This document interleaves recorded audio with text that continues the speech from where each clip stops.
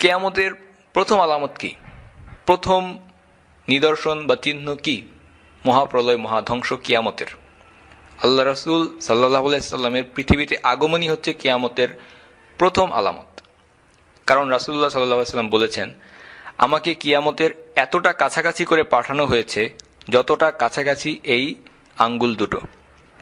এরপর রাসূলুল্লাহ সাল্লাল্লাহু আলাইহি সাল্লাম তার হাতের দুটো আঙ্গুলের দিকে ইশারা করে বুঝিয়ে দেন যে এই দুটো আঙ্গুল যত কাছাকাছি রয়েছে তার থেকেও আমি কিয়ামতের অধিক নিকটবর্তী।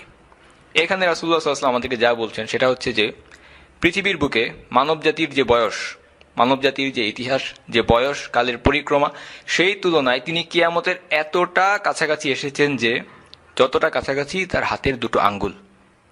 তিনি বলেছেন যে তিনি এসেছেন একেবারে শেষ সময়ে।